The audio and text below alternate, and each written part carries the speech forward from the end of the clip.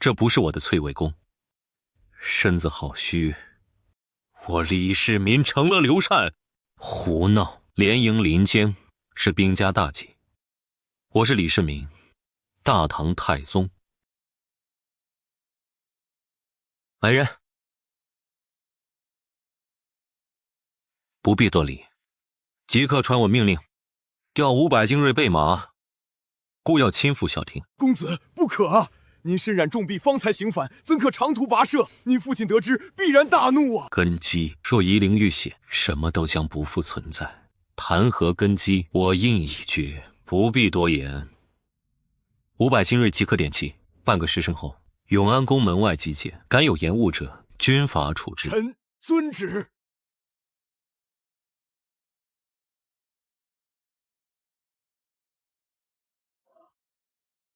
出发。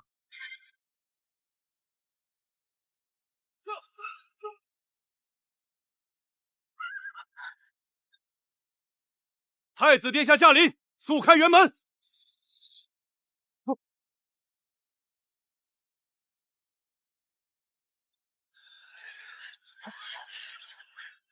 陆逊小儿龟缩不出，以为这样就能攻的大军？陛下，陆逊小儿坚壁清野，避而不战，意在拖垮我军。营督军深入，又扎于林木之间，恐有火攻之险。陆逊区数万兵马，岂敢玩火律了？还请陛下移营至平地，谨防火攻。哼！启禀陛下，太子殿下驾到。什么？公司？他怎会来此？逆子！你竟敢擅离永安，扰乱军心！永安乃大汉重镇，你身为太子，监国于此，不知天高地厚。父皇息怒，儿臣不是来扰乱军心，是来救父皇、救汉军、救大汉的。若儿臣所言无据，愿以死谢罪。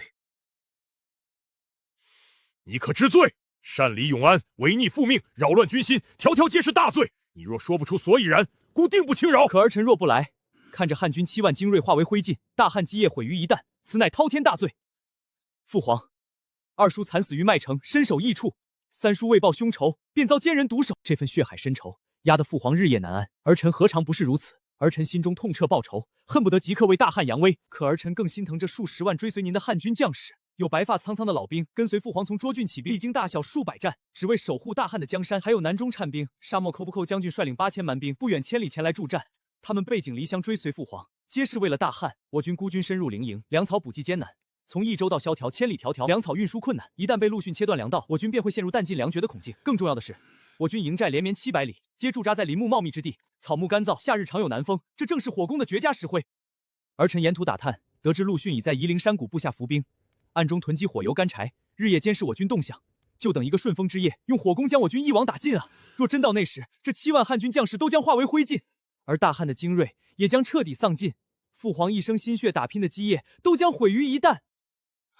陛下，太子千里奔袭而来，所言句句属实。陆逊早已布下天罗地网，再执意进军，必遭惨败。我军孤军深入陵营，粮草补给艰难，从益州到萧条，千里迢迢，粮的恐境。更重要的是，我军营寨连绵700里，皆驻扎在林木。若儿臣所言有误，愿以死谢罪。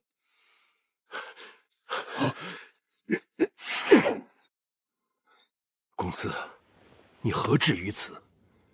是父皇被复仇的执念冲昏了头脑，险些酿成大错。传我命令，全军后撤10里，移营至平地，远离林木。公嗣，此次你前来商州，立了大功，父皇错怪你了。往日是父皇小看了你，从今往后，前线军务，你可与马良、黄权一同参议，辅佐父皇破局零陵。儿臣遵旨。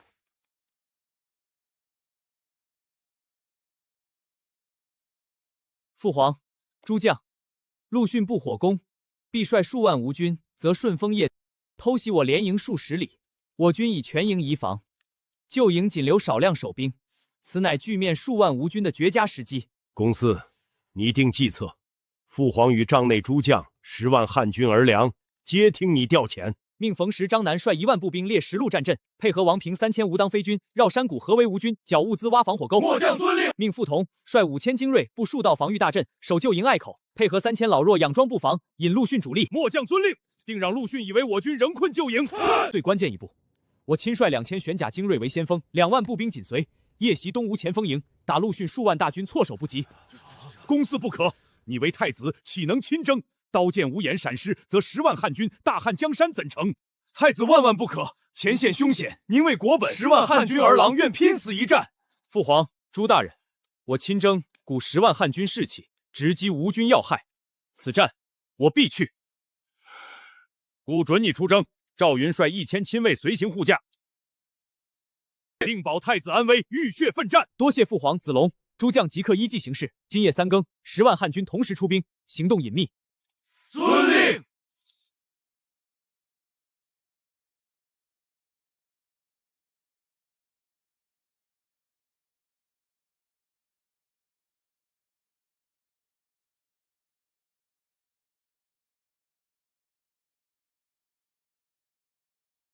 太子殿下，22000大军准备就绪，是否出发？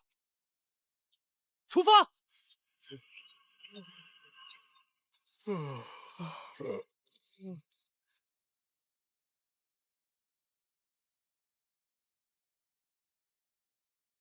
江南率5000士兵袭2翼营门，全力打开，接应大军冲入。是。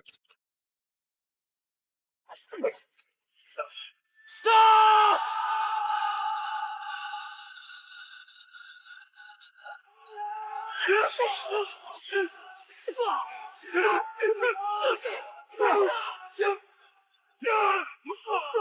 死守营地，退后者斩！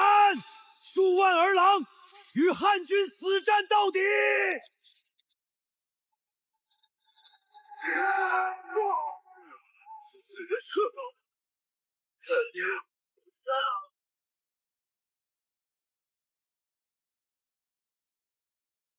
太子殿下，这些革新之策皆是殿下拟定的。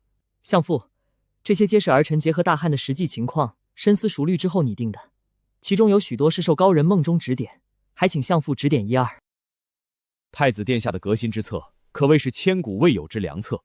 若能推行，大汉的国力定能在数年之内远超曹魏与东吴。殿下推行的屯田制，实乃解决大汉粮草问题的关键。益州之地有许多荒地，若能开垦，必能成为大汉的粮仓。而军屯制能让士兵战时为兵，闲时为农，既减轻了国家的粮草负担，又能充实府库，此策甚妙。相父所言极是，屯田制是大汉经济发展的基础，需即刻推行。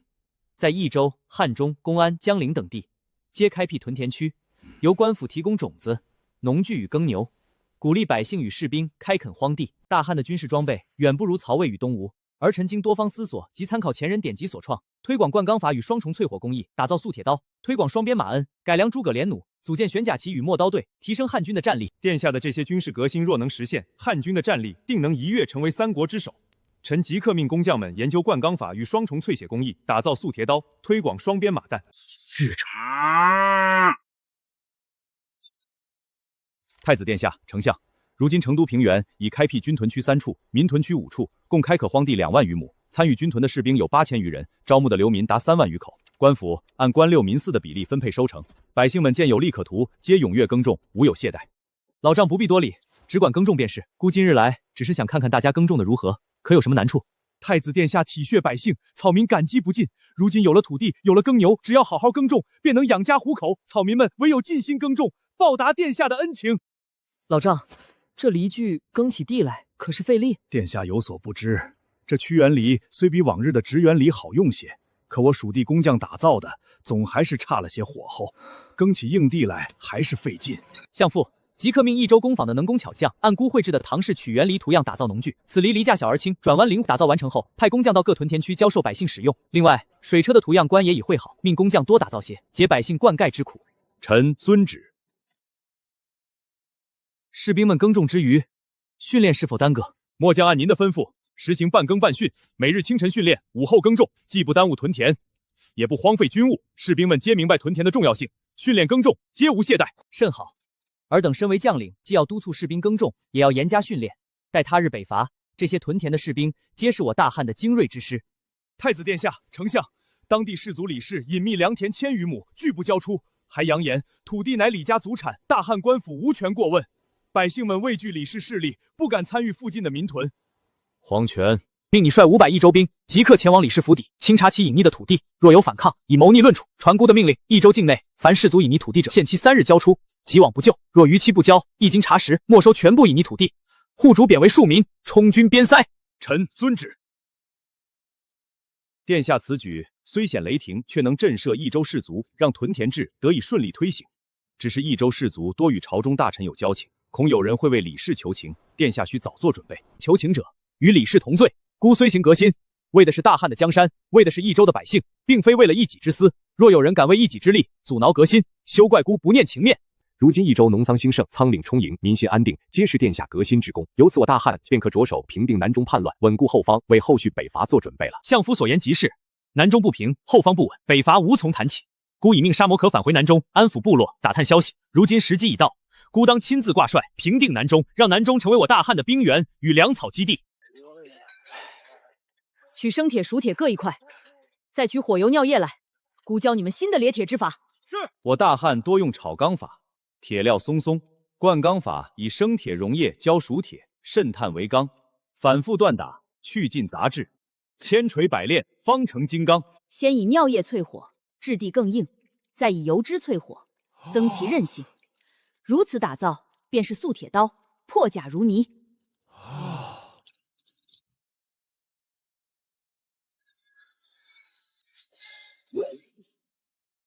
好刀！殿下此刀锋利无比，若汉军皆配刀，定能所向披靡。太子殿下天纵奇才，此等冶铁淬火之法堪称神迹，草民等佩服不已。此乃素铁刀，墨刀图样，尔等按图打造，用心钻研，大量装备汉军将士。遵旨，臣定当竭尽所能。单边马踏仅能借力，双边马镫能让骑兵稳坐马背，双手持兵，战力倍增。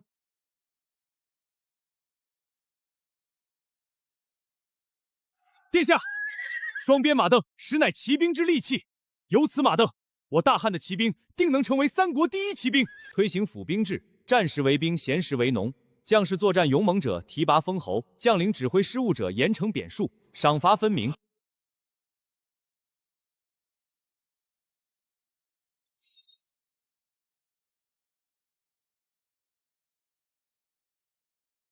诸位爱卿，南中烽烟四起，孟获作乱，雍望高定复逆。此等叛乱，若不雷霆平定，必成我大汉大患。南中乃益州屏障，更是我大汉潜在的兵源粮草基地。外战不除，北伐曹魏便无从谈起。今日朝会，便是议一议如何平此叛乱。太子殿下，南中崇山峻岭，地形复杂，蛮夷部落散居其间，善山地作战。我军虽经革新，战力大增，却不熟悉南中地形，恐难速胜。不如太子殿下坐镇成都，统筹全局便可。殿下，末将愿率军前往平叛，定取孟获首级，献于殿上。诸位不必多议，孤意已决，亲挂帅印，平定南中。南中地形复杂，蛮夷难治，非亲征不能显我大汉之威，非亲征不能安中百姓之心。殿下亲征，臣愿督办粮草，为殿下的平南之师保驾护航。命魏延为平南副帅，辅佐孤统领全军。末将遵令。命王平为平南先锋，率领1万无当飞军为前部。末将遵令。命马谡随孤一同前往南中，任军资计较。孤知你熟读兵书，此番南中平叛，见是你历练实战的机会。随孤在军中见识一番，习得山地作战、安抚蛮夷之法，日后好为大汉效力。臣遵令。命张南为随军先锋，率领5000玄甲骑，负责正面攻坚。末将遵令。玄甲骑乃我大汉精锐，铁器冲锋，可破蛮夷之阵。命人星夜前往晋州，召回沙漠柯将军，命其率领5000蛮兵为向导。沙漠柯将军本是南中蛮夷首领，熟悉南中诸部的风土人情、山川地形，更得蛮夷民心。由他为向导，可助我军事办更备，分化瓦解叛军势力。将士们，南中孟获作乱，残害百姓。今日孤亲率尔等出征，定要平定叛乱，收复南中。此番南征，望尔等奋勇杀敌。平叛之后，孤儿论功行赏，加官进爵。愿随殿下平叛，誓死效忠大汉。哈哈哈哈哈哈！区区黄口小儿也敢来南中撒野！我南中崇山峻岭，大汉大军来了，也只是有来无回。将军所言极是，大汉大军不熟悉南中地形，必败无疑。末将沙摩考参见太子殿下，未能安抚南中诸部，致生叛乱，末将罪该万死。沙将军不必自责，南中叛乱非你之过，乃孟获拥匡之流野心作祟。今你率蛮兵前来相助，便是大功一件。此番平叛还要仰仗将军。末将定肝脑涂地，辅佐殿下平定南中。愿率蛮兵为前部，引大军深入南中，直取孟获老巢。大军稍作休整，渡过泸水，直取南中。末将遵令。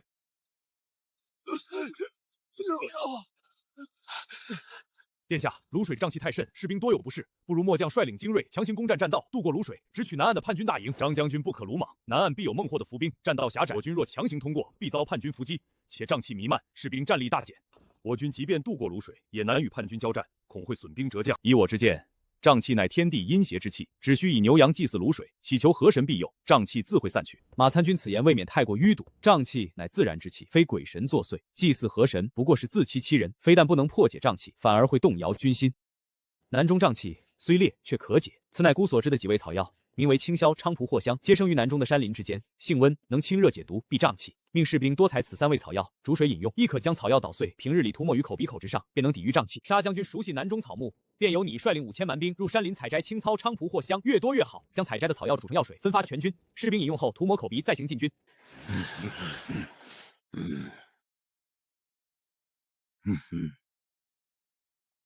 孟获料定我军会从栈道渡河，定然在南岸栈道口设下重兵。伏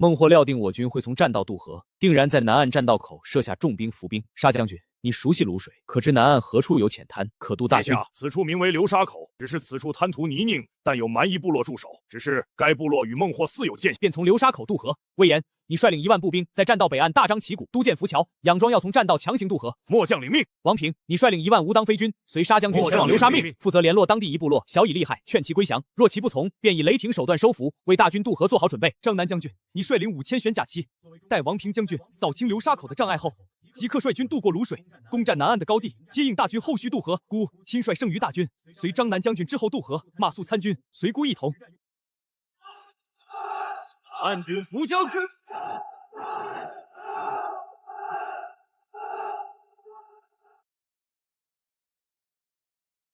哈哈哈哈哈哈！刘禅小儿果然愚蠢，栈道乃我南中天险，我已在此设下2万伏兵，待其半渡而击，定让大汉大军葬身泸水。大王英明，大汉大军不熟悉南中地形，只能从栈道渡河，此乃自投罗网。刘禅小儿果然愚蠢，栈道乃我南中天险，我已在此设下2万伏兵，待其半渡而击，定让大汉大军葬身泸水。大王英明，我等只需守住栈道口，以逸待劳，便可大破汉军。将南岸的主力大军尽数调往栈道口，加强伏兵。流沙口只留少量士兵驻守。遵命。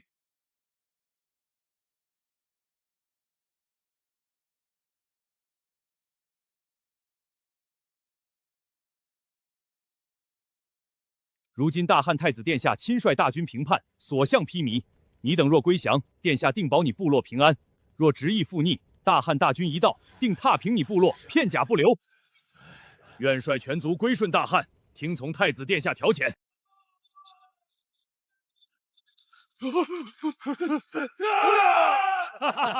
等汉军渡到一半，我军伏兵齐出，定让他们尸骨无存。大王，不好了！汉军从流沙口渡过泸水，已经攻占南岸高地了。胡说！流沙口水浅塘宁，怎么可能渡大军？你是不是看错了？千真万确，沙漠口那叛徒带着蛮兵引路，汉军骑兵已经杀过来了。大王，汉军已渡过泸水，我军腹背受敌，不如速速撤军，退回月子郡，再做打算。撤！刘禅小儿竟敢戏耍本王，此仇必报！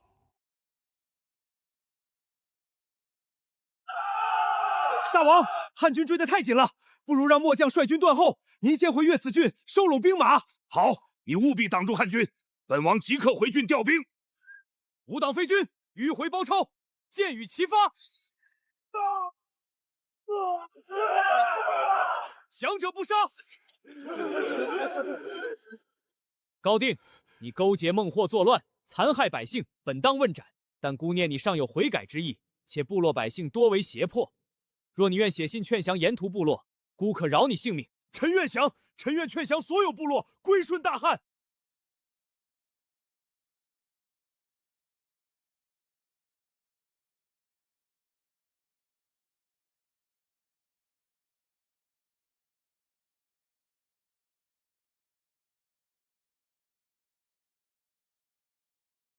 孟获龟缩城中，企图凭借城防拖延时间。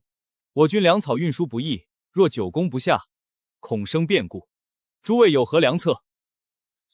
末将愿率玄甲骑强攻城门，定能攻破岳宿郡。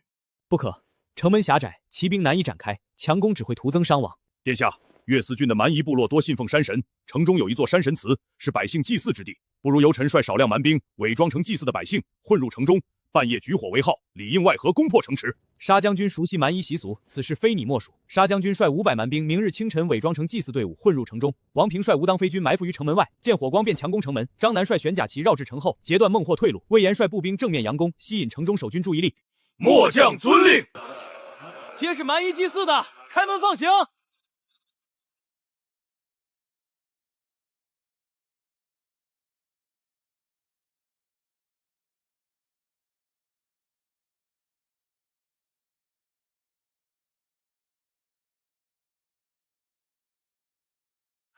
点火了，进攻！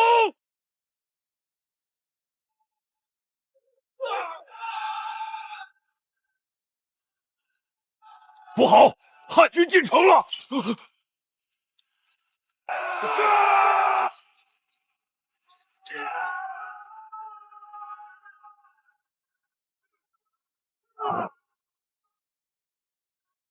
孟获还不投降？休想！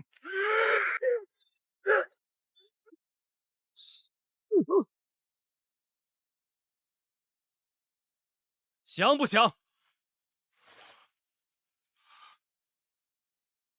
我想。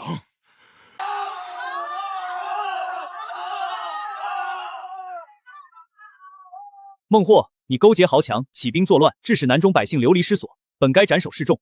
但姑念你是南中蛮夷首领，深得部落民心，且此次叛乱多因拥溃挑唆。若你真心归降，姑不仅不杀你，还让你继续统领南中诸部，推广大汉的农耕与工艺，让百姓安居乐业。你真的不杀我？姑乃大汉太子，言出必迎。但你须立誓，终生归顺大汉，永不叛乱。若再有二心，姑定不轻饶。臣孟获愿率南中所有部落归顺大汉，永不叛乱。若违此事，天诛地灭。起来吧，从今往后，南中与益州同为大汉疆土，蛮汉一家共享太平。谢陛下。孟获，姑命你为南中太守，协助大汉官员治理南中。王平，你率5000吴当飞军驻守南中，确保南中稳定。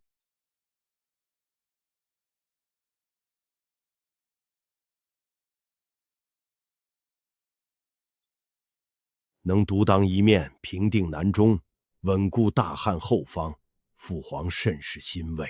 有吾儿在，大汉复兴有望，天下一统可期。父皇过奖，儿臣能平定南中，全赖相夫坐镇后方，督办粮草，赖诸位将领奋勇杀敌。如今南中已定，兵源粮草充足，正是北伐曹魏、兴复汉室的最佳时机。北伐之事便交给你全权处置，父皇相信你们，定能不负陛下之志，不负天下百姓之望。北伐曹魏乃陛下遗志，亦是我大汉上下共同的心愿。臣已做好准备，可率领大军兵出祁山，主攻陇右，吸引曹魏主力。同时，可派遣1名大将率领精锐，从自五谷奇袭长安，出其不意，夺取关中腹地。殿下，丞相，末将愿率领2万玄甲骑，从司五谷出发，星夜兼程，奇袭长安。司母谷道路险峻，曹魏定然防备松懈。末将率精锐突袭，定能一举攻占长安，为北伐大军立下头功。准奏。切记，兵贵神速，隐蔽行军，不可暴露行踪。若遇强敌，不可硬拼，可迂回至长安城下，趁其不备，一举攻城。相父，你率领主力大军，兵出祁山，攻打陇右，务必吸引曹魏的注意力，让其无暇西顾长安。同时，命赵云将军率领1万兵马驻守汉中，防备曹魏从关中出兵偷袭汉中，确保北伐大军的后方稳固。对外宣称汉军经过南中平叛，将士疲惫，需休整1年，再议北伐之事。同时派使者出使东吴，假意安抚孙权，麻痹曹魏与东吴。臣遵令。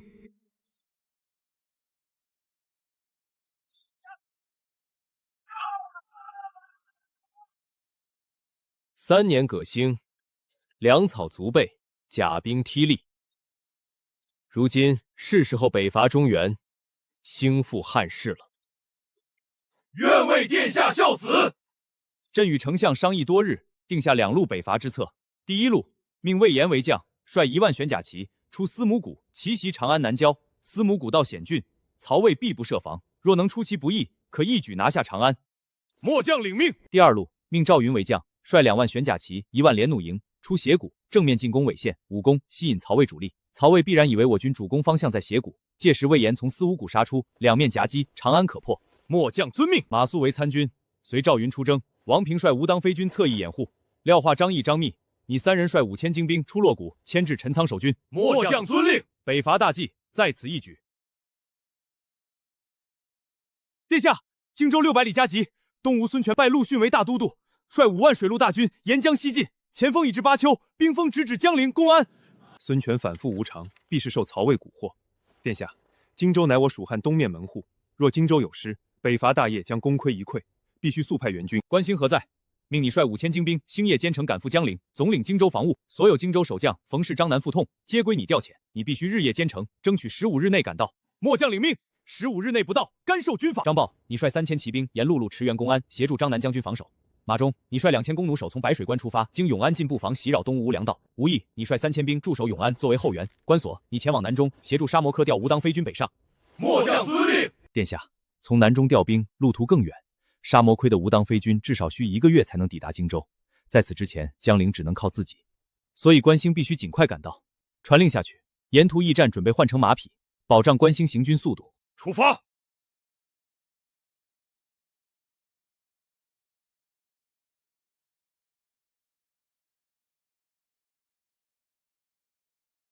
相父，北伐大军已出发5日，荆州援军也已走了10天，关兴此刻应该已过白水关，距离江陵还有700-800里。若一切顺利下，陆逊用兵谨慎，必不会急于攻城，他多半会围而不攻，切断江陵外援。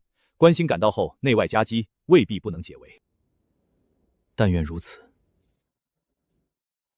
现在就看魏延的了。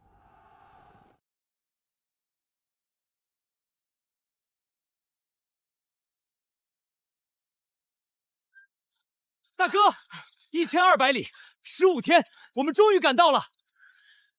从南门入城，与冯熙合兵，内外夹击，派人潜入城，告诉冯熙，今夜就行动。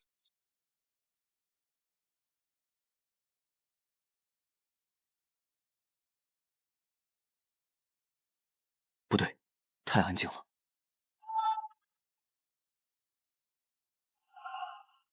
不要慌，列圆阵，盾牌在外，弓弩在内。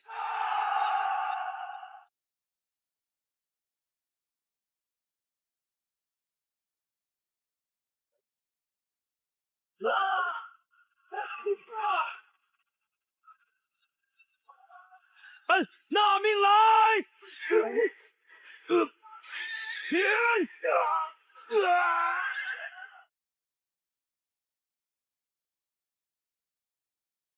开城门！关将军，你可算来了！冯将军辛苦，太子殿下命我总领荆州防务，还请将军鼎力效助，自当听令。朱然受伤，伏击失败，徐盛继续锁江，丁奉加紧攻城，我亲围东门。是。傅同守沿江要塞，张南调兵增援，我自率3000精兵机动。末将领命。冯将军，你守东门，东门压力最大，你经验丰富，交给你我放心。末将领命。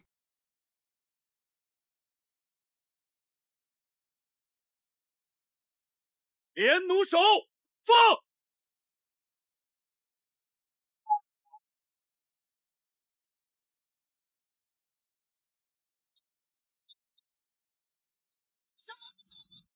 粮仓在城东北角，今夜你带500死士，火油火箭，烧了他！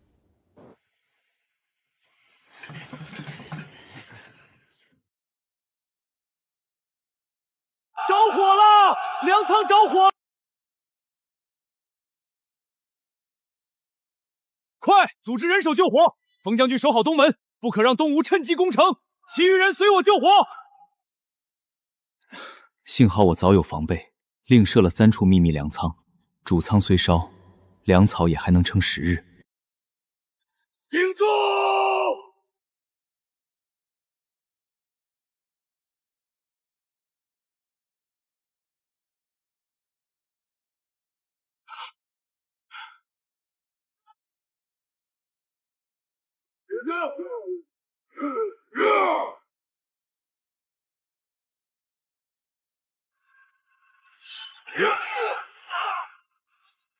全军出击！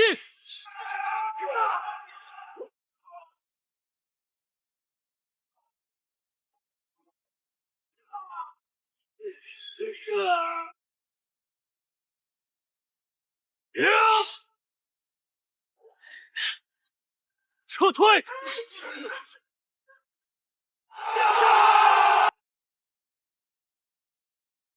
全军集合，出谷，目标长安。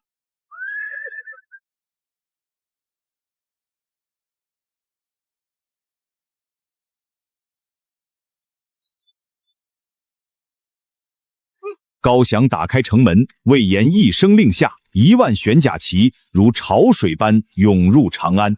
蜀军来了！蜀军来了！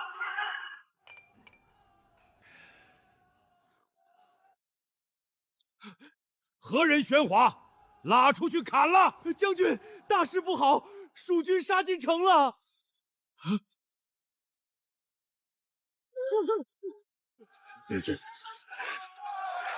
撤！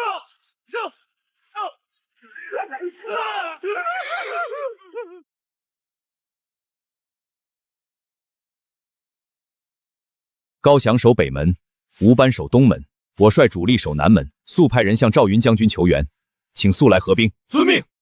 6月15日，长安失守的消息传到洛阳，魏明帝曹肉大惊失色。陛下，夏侯茂无能，致使长安沦陷。为今之计，当速派大军夺回长安，否则关中不保。仲达，你有何良策？陛下，臣愿率5万大军西进，夺回长安。但蜀军玄甲骑战力强悍，正面交锋未必能胜。臣有一计，可派使者前往鲜卑北察比能，许以重金，让他率骑兵南下偷袭汉中，迫使蜀军回援。届时我军再趁机反扑，可一战收复长安。掐比能贪图重利，率3万鲜卑骑兵从北地郡南下，直扑汉中。6月20日，司马懿率5万大军抵达长安，三面合围。赵云将军正在赶来途中，最多5日便到。只要我们守住5日，曹军必退。退！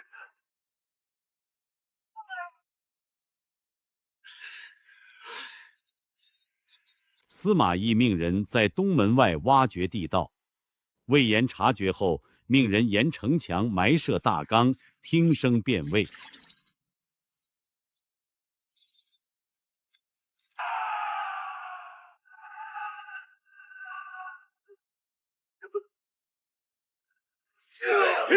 张合，休走！撤！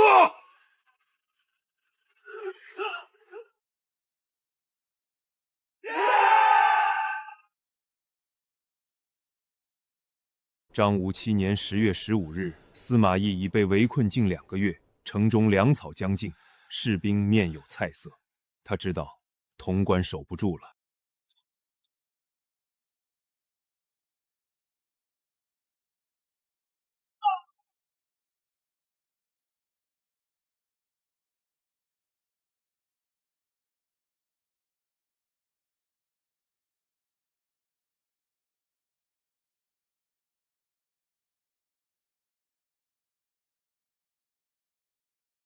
10月18日夜，马良从洛阳传来密信，华西、王朗、陈群等人已准备好，只等蜀军兵临城下，便打开城门。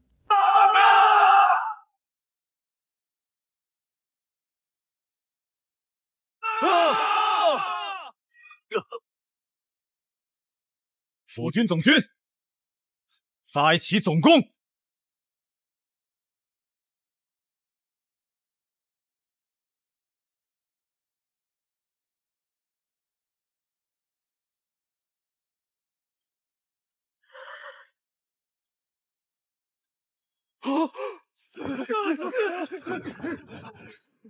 上来！